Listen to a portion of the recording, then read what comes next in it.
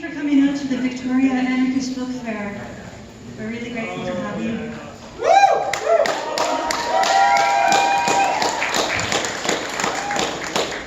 We will now be welcomed by Sherry Underwood and Israel Claxton. Israel Claxton is a member of the Squamish Nation from Saanich. Both are members of the Squamish Nation in Washington State. Hi, my name is Sherry Underwood. I'm from Sayo. I'm a band member, and I also have tribe membership in Saanich in Washington. My Indian name is Walalawat. I was named by my great-grandmother Alice Williams Kelly. Her maiden name was Kelly. The Kelly family is the original family in Sayo, and my grandma Ethel told us that we aren't reserve Indians. We were here before there was a Canada, before there was Indian reserves. And the teachings that I have are from before the life teachings I was given is from before residential school.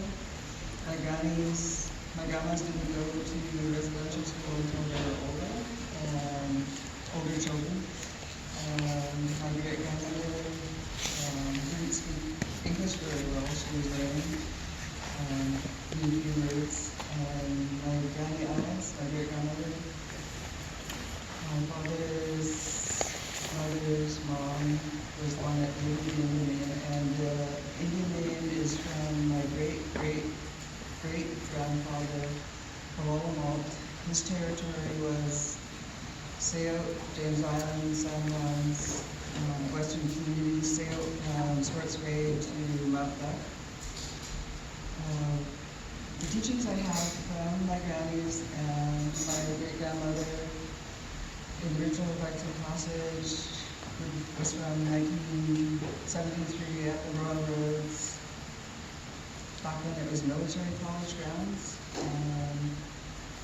The sentences that they gave me during the ritual were teachings that were like one sentences that would last, the teachings lasted a lifetime.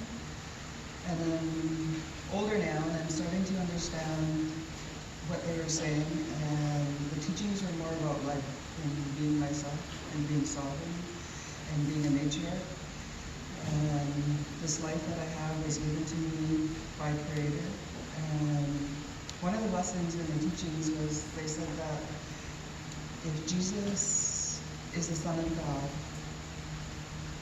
Jesus and Creator are one, they're the same. That teaching that they gave me in that moment was to tell me basically that Creator, if Jesus is the Son of God, then Creator, Jesus, to me they're indigenous. They understand me. They allow me to be myself. They created me to be me. And I'm allowed to have this life and be me. And so when it came to the colonial aspects of people trying to colonize me, I always had this idea that this life creator also respected my life because he gave me life peacefully. And I don't really try and do that, but when I guess I could say journeyed through life, I came to this place where it was almost like people kept telling me who I was. They weren't asking me. So I was trying to say, ask, talk to me as a person, and don't assume you know who I am. So we get to this place where today we're kind of battling indigenous identity with so many people saying they're indigenous and they're in our territory, and people assume that we're like one, like we lump us all into this pan-indigenous identity. And we're not asking who are the people that are actually from here? Who are the people that are actually indigenous?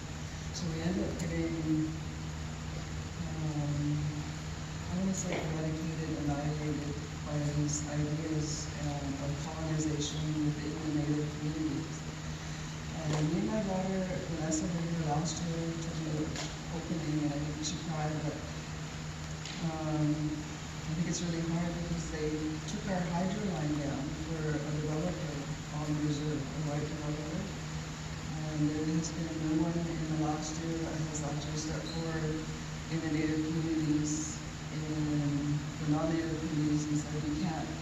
for native natives when preserve the white island here.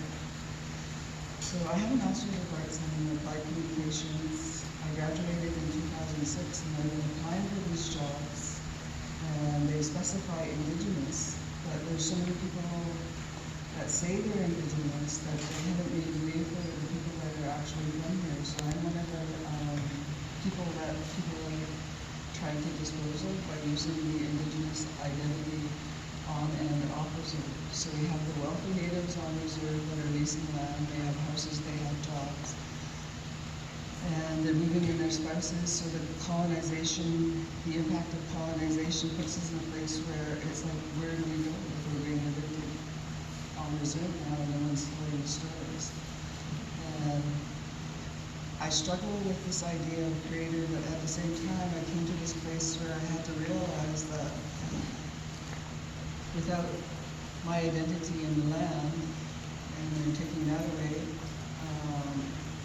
I came to this place where I realized through my granny's teachings that I'm a living being, I'm alive, I'm a human being, and I am sorry.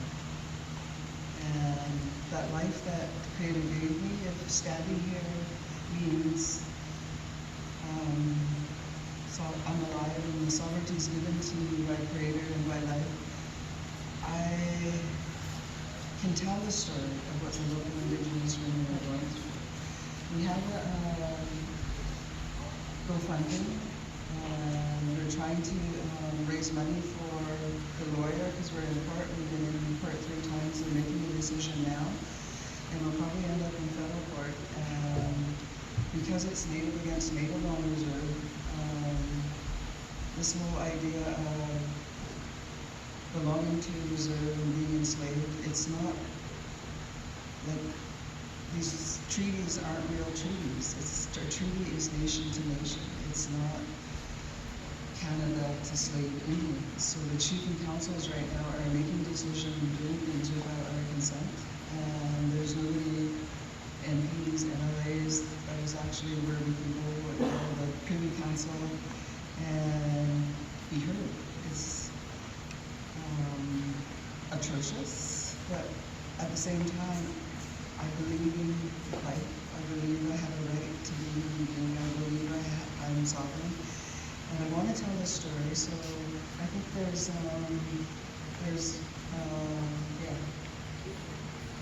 places. We have a 1 minute, we did a proposal for a film, but we didn't get it, but there's still a 1 minute that kind of tells the story a little bit, and there's also a GoFundMe. I don't know if we can get the link to the video 1 minute that tells the story that's a little more in detail.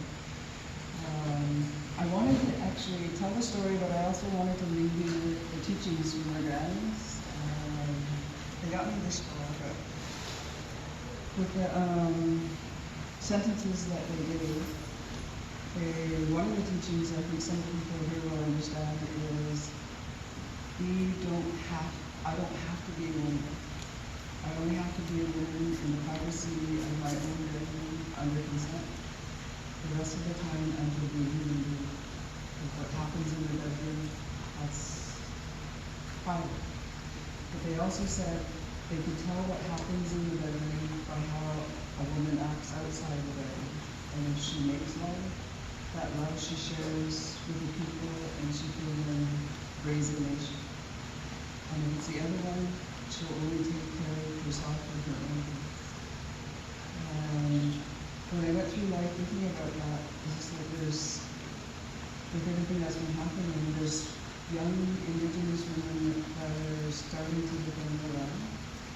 The disconnect with residential school and everything, and reserves, everything that's been happening. I was giving up hope that it's almost like the mother-baby relationship is still intact for a lot of families, and these women are rising within our community and they're starting to defend the land and they're starting to appreciate life in a way that no one can tell you. It has to be from your own sovereignty that you can respect other people's. Thank you.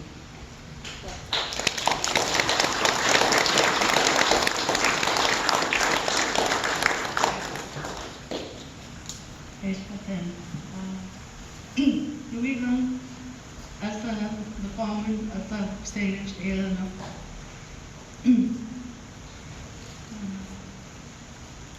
the name, my English name is Israel Paxton. And my mom is Sherry Underwood. The man is Calvin Paxton. Celia at the Squamish at the Sage. My grandparents come from Sayot and Squamish, as well as my mother mentioned we have heritage to Sandwich.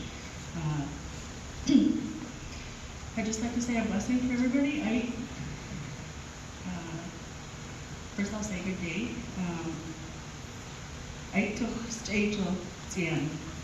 Have a good day, everyone, today. And I'll just say a little blessing. Just good words and prayers for everybody today.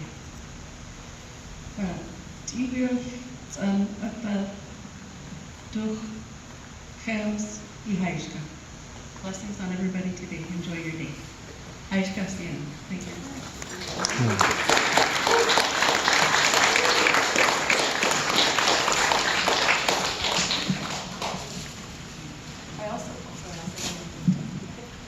The first sentence I said, I actually welcomed everybody to the traditional territory of the Lekwungen peoples and the Saanich peoples. We often traded, and Saanich actually refers to Saanich Lilink, which is the Sandwich people, which is where the word Sandwich came from. So it's kind of embedded and overlapping with Lekwungen territories. Thank you, Israel and Sherry, for honoring us with your presence today. In respect and in faith with your tradition, we would like to present you on behalf of the Anarchist Book Fair with a gift. Thank you very much for coming here today. We are grateful for your presence, and thank you for sharing your wisdom and your teachings with us.